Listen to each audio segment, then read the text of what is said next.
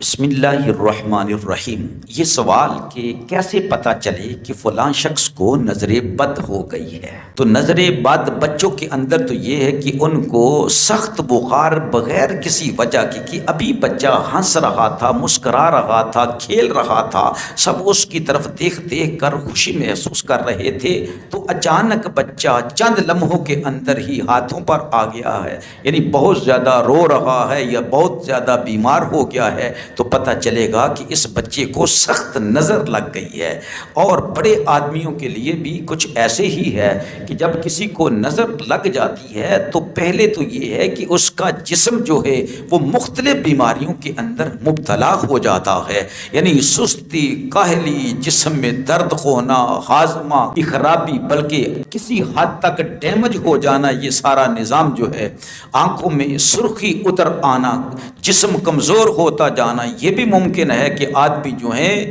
وہ مر ہی جائے کسی کی نظر کی وجہ سے، نظر بد کی وجہ سے۔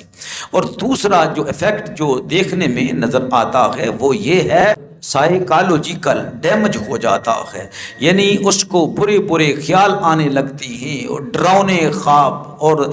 خواب کے علاوہ جاگتے ہوئے بھی وہ ڈرتا رہتا ہے، اور عجیب عجیب سی وہ باتیں کرنے لگ جاتا ہے، تو پتہ چلتا ہے کہ اس بندے کے جو ہیں وہ کسی کی ظالم کی نظر لگ گئی ہے۔ اور تیسری چیز جو ہے وہ ہے اسپرچول طور پر ڈیمیج ہو جانا۔ وہ اس طرح کے اچھا بھلا آدمی جو نماز ادا کرتا ہے، تہجد پڑھتا ہے، اشراق اور چاشت پڑھتا ہے، نمازوں کے ساتھ اس کو بڑی محبت ہے، لیکن اچانک دیکھا جائے وہ کہتا ہے کہ یار میرا دل نہیں لگتا نمازوں کے اندر، وسوسے شروع ہو گئے ہیں، میں یہ چاہتا ہوں کہ میں یہاں سے بھاگ جاؤں، دور چلا جاؤں، تو وہ بھی کسی شخص کی نظر لگی ہوتی ہے، وظائف جو ہیں وہ چھوٹ جاتے ہیں، وظائف چھوٹ جاتے ہیں۔ اس طرح آپ لوگوں کو خیال کرنا چاہیے کہ جب کوئی کسی مقام پر پہنچا ہے تو ہر بندے کے سامنے اس کا اظہار نہیں کرنا چاہیے۔ اسی طرح اگر کوئی بچہ اچھے طریقے سے حافظ قرآن بن رہا ہے تو اس کے جو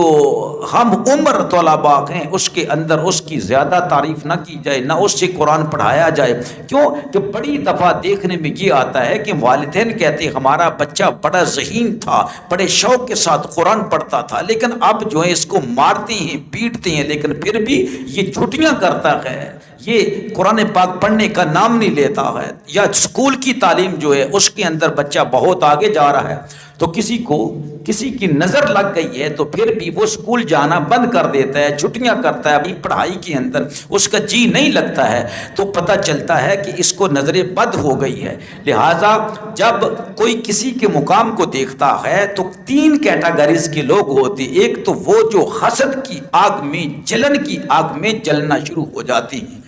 تو جو حسد کی آگ میں اور جلن کی آگ میں مبتلا ہوتے ہیں، اکثر یہ دیکھا گیا ہے کہ وہ منہ سے کچھ بھی نہیں بولتے ہیں، منہ سے کچھ بھی نہیں بولتے، لیکن چاہتے ہیں کہ یہ شخص کا برا ہو جائے۔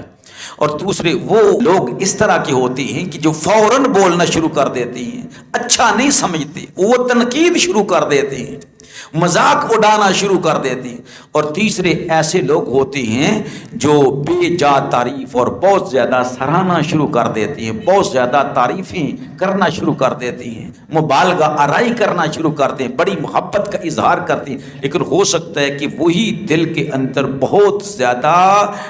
کڑن محسوس کر رہے ہوں، کراہت محسوس کر رہے ہوں، غم اور حزن میں مبتلا ہوں، اور چاہتے ہوں کہ اس کو ہماری نظر لگ جائے، یہ آگے نہ رہے، یہ پیچھے ہی آ جائے۔ بہرحال بہت ساری دعائیں ہیں جو اللہ کے رسول صلی اللہ علیہ وآلہ وسلم نے حاسدین سے بچنے کی اور نظر بد سے بچنے کی سکھائی ہیں، جیسا کہ صحیح احادیث مبارکہ میں موجود ہے کہ نبی اکرم صلی اللہ علیہ وآلہ وسلم 4 کل پڑھ کر آپ صلی اللہ علیہ وسلم اپنے جسم مبارک پر دم فرمایا کرتے تھے، اور ام المؤمنین سیدہ عائشہ صدیقہ رضی اللہ تعالیٰ عنہا فرماتی ہیں کہ آپ کے مرض الموت میں یہ 4 کل پڑھ کر نبی پاک علیہ السلام کے ہاتھوں پر دم کرتی، اور پھر نبی پاک علیہ السلام کا ہاتھ مبارک لے کر میں سارے جسم پر مس کر دیتی۔ کیوں اپنے ہاتھ پر پھونک کیوں نہیں مارتی؟ اس لیے کہ اللہ کے رسول صلی اللہ علیہ وسلم کے ہاتھ مبارک میں زیادہ برکت ہے۔ تو لہٰذا اگر 4 کل نہیں پڑھنے تو آخری 2 صورتیں جو ہیں وہی پڑھ کر دم کر لیا جائے.